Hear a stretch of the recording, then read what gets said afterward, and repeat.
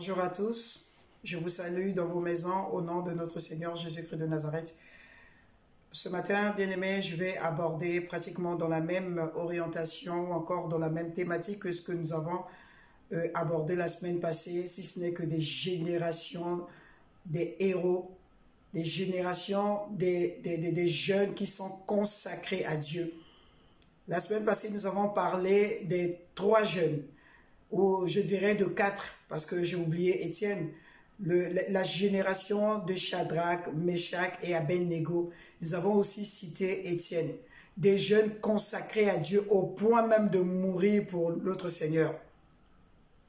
Nous avons démontré combien de fois ils étaient prêts à se livrer, si possible à la mort, parce qu'ils ne voulaient pas passer à côté de ce que Dieu avait prévu pour eux.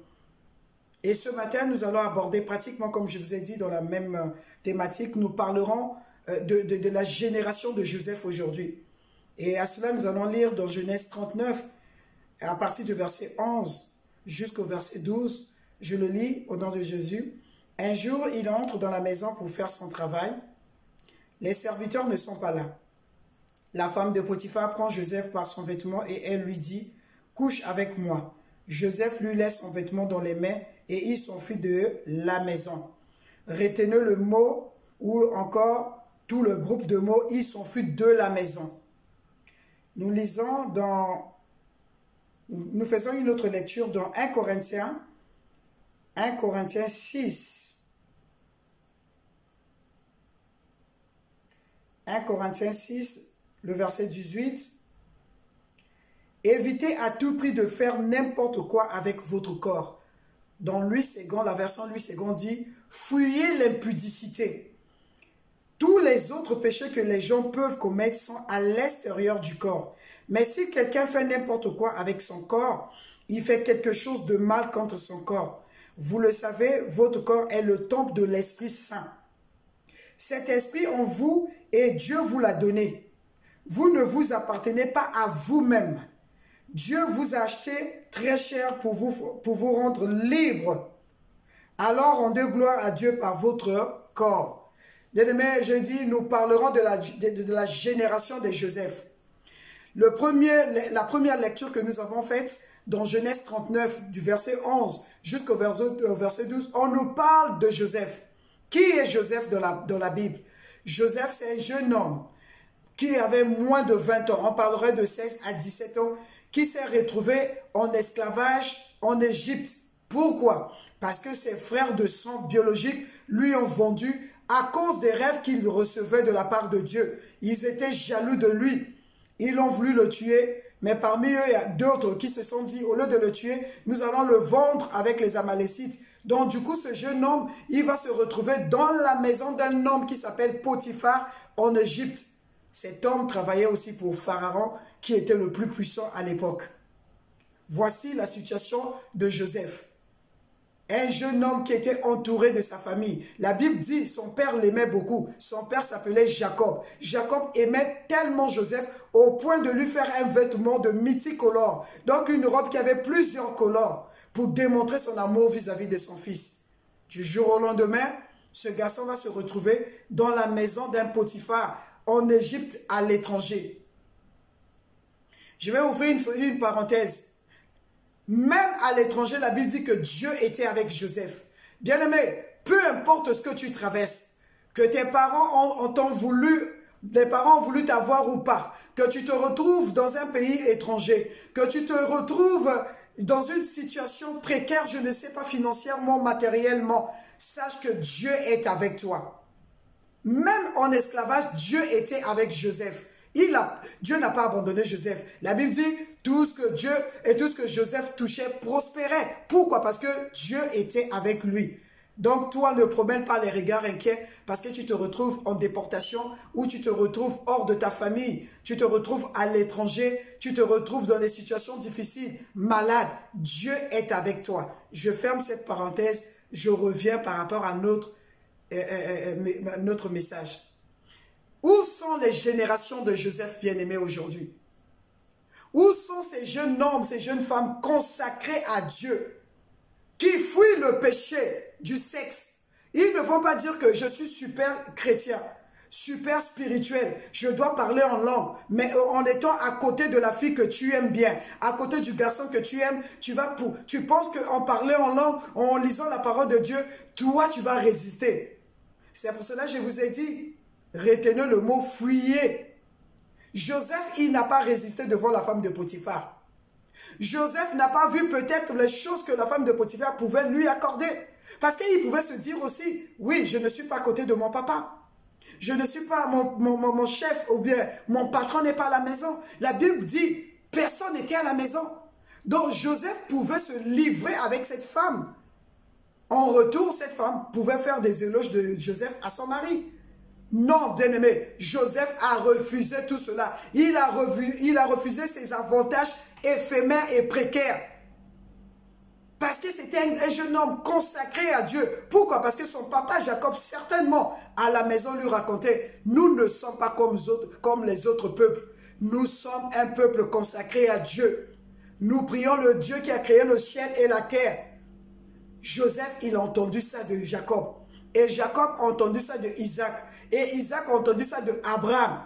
Bien-aimé, c'est important de parler de tes enfants de Jésus à la maison.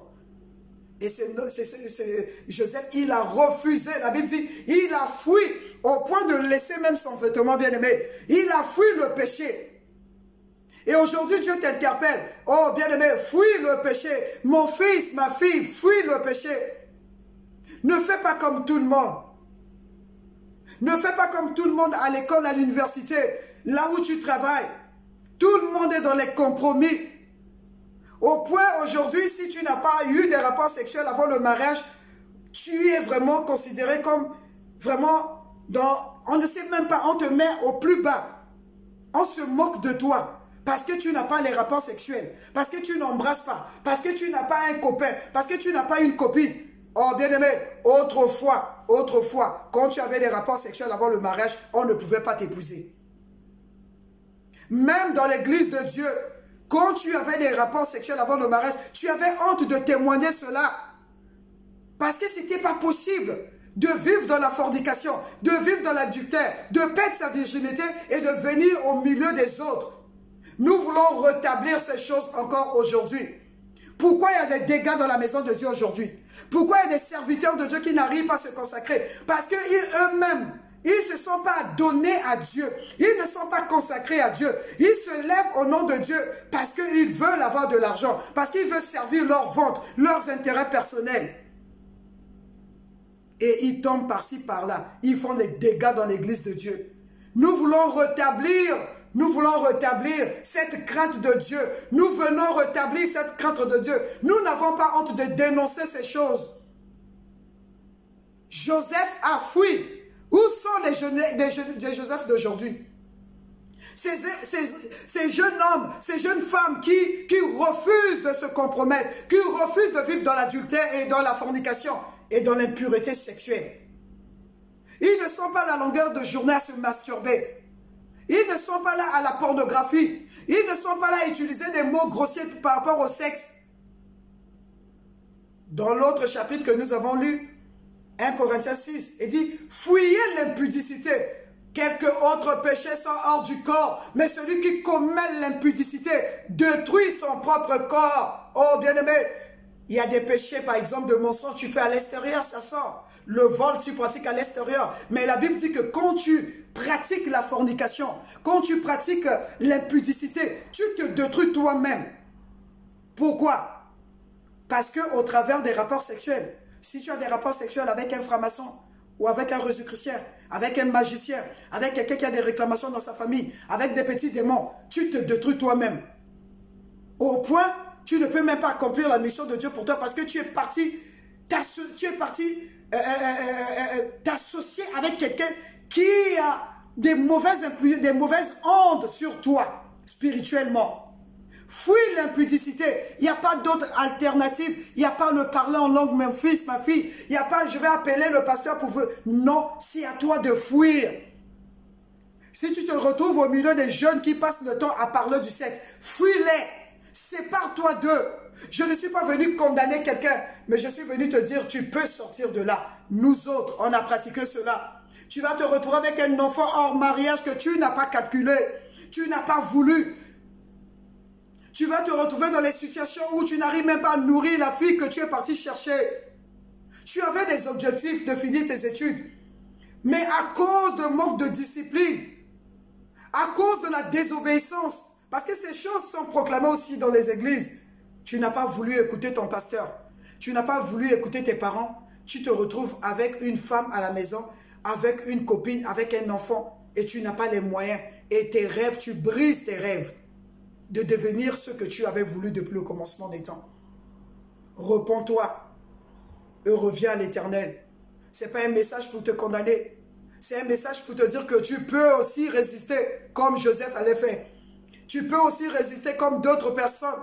Oh bien-aimé, je vous avais dit le matin que si nous sommes ce que nous sommes, parce qu'il y a eu des jeunes hommes qui se sont levés, qui se sont consacrés à Dieu. Je pense au pasteur Gaspard Obiang à Libreville. Je pense au pasteur Francis Michel Badinga. Mais ils n'étaient pas les seuls. Il y avait d'autres groupes avec eux. Je pense à Billy Graham quand il a commencé, à Catherine Kuhlman, à 14 ans. Elle est partie prêcher l'évangile. Dieu aime la jeunesse. C'est pour cela que Dieu vous interpelle aujourd'hui au travers de moi pour dire abandonne le péché du sexe que tu pratiques, abandonne la masturbation, la fornication, l'impureté sexuelle. Même le fait de penser seulement, Dieu dit tu pêches. Mon fils, arrête cela. Je parle au moment, c'est pour ça que je dis partagez les vidéos. Abonnez-vous à la chaîne pour pouvoir partager les vidéos à d'autres qui ne sont pas encore abonnés. Ces choses sont essentielles pour nous. Je pense aux parents chrétiens qui se comportent, qui se conforment maintenant comme des parents païens. Ils veulent qu'on vienne doter leurs enfants avec des milliers d'argent. Vous empêchez vos enfants de vivre dans la fornication. Parce que moi, ma fille, il faut qu'on me donne 4 millions. Ta fille devient une marchandise. La Bible dit, ne vous conformez pas au siècle présent. Laissez nos enfants se marier simplement. S'ils ont l'âge de se marier, qu'ils se marient simplement. D'abord, la dot, c'est un symbole. On vient juste pour te dire, voici papa, je vais prendre ta fille, je peux te donner ça. Ne mettez pas les barres comme les païens. Oh, il faut que mon mariage soit comme ça, pour qu'on me voit sur les réseaux sociaux. Et pendant ce temps, vous êtes en train de forniquer. Dieu vous voit. Arrêtons de nous comporter comme des païens. Faisons des choses comme autrefois. C'était juste des parents qui venaient voir d'autres parents pour dire, voici, nos enfants s'aiment. Et s'ils sont dans les choses de Dieu, si les deux sont chrétiens, laissez-les se marier pour éviter aussi le nombre de fornications et les enfants indésirables. Repentez-vous, nous les parents, repentons-nous. On veut de l'argent, on veut à tout prix qu'on vienne me donner ça. Comme si nos enfants c'était des marchandises. On les vend. Et on empêche les enfants de rentrer dans leur destinée à cause de quoi? De la mendicité, à cause de quoi? De la cupidité, à cause des démons de maman qui incarnent nos cœurs aujourd'hui. Oh mon fils, toi qui n'as pas encore donné ta vie à Jésus, qui vit avec des hommes mariés qui te donnent de l'argent, mais tu ne connais pas qui ils sont spirituellement. Ils te font des transferts de démons. Toi tu te dis, ouais, moi en même je suis belle. Et des jeunes garçons qui se livrent aux femmes plus âgées, qui se livrent même aux hommes. Parce qu'eux aussi, ils veulent apparaître, ils veulent avoir de l'argent, ils veulent avoir du succès. Mais tu ne sais pas ce qu'ils sont en train de faire dans ta vie. Ils sont en train de détruire vos vies. Alors aujourd'hui, je te donne l'opportunité de régler ta vie. D'accepter le Seigneur parce que c'est lui seul qui va mettre le dégoût dans ton cœur pour le péché. Autrefois aussi, il a fait pour nous. Aujourd'hui, nous pouvons en parler parce qu'il nous a délivrés de ces choses. Alors accepte le Seigneur Jésus comme ton Seigneur et ton Sauveur personnel. Si tu veux bien, prie avec moi. Seigneur Jésus, j'ai entendu ton message aujourd'hui et je me repens de cette vaine manière de vivre. Je t'ouvre les portes de mon cœur, je te reçois comme mon Seigneur et mon Sauveur personnel. À partir de maintenant, sois l'ami de ma vie et délivre-moi de la fornication, délivre-moi de l'impudicité, délivre-moi de ces liens que moi-même parfois je suis parti me livrer. S'il te plaît Seigneur, j'ai besoin de toi et je t'ouvre les portes de mon cœur au nom de Jésus. Amen.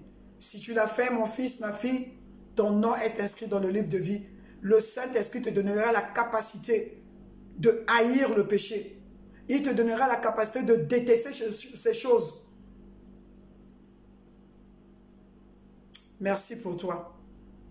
Bien-aimés, à partir de maintenant, mes fils, mes enfants, soyez fiers de dire à vos autres, je suis encore vierge, comme autrefois. Les parents étaient vierges. C'était une fierté de savoir que son fils, sa fille est encore vierge. Dites-le. Comme ça, au moins, vous allez les influencer aussi. Une fille qui a une palmarès des hommes, nous ne savons pas, une liste, tu as même honte, au point que quand on rentre dans les mariages, on a honte de dire ces choses. Si c'était bien, pourquoi aujourd'hui on a honte de citer le nombre de partenaires qu'on a eus? Parce que ce n'est pas bien. Alors, rétablissons cet autel de sanctification, de consécration dans le milieu chrétien, dans la jeunesse chrétienne. C'est ce que Dieu attend de vous. Que Dieu vous bénisse et qu'il vous préserve. Amen.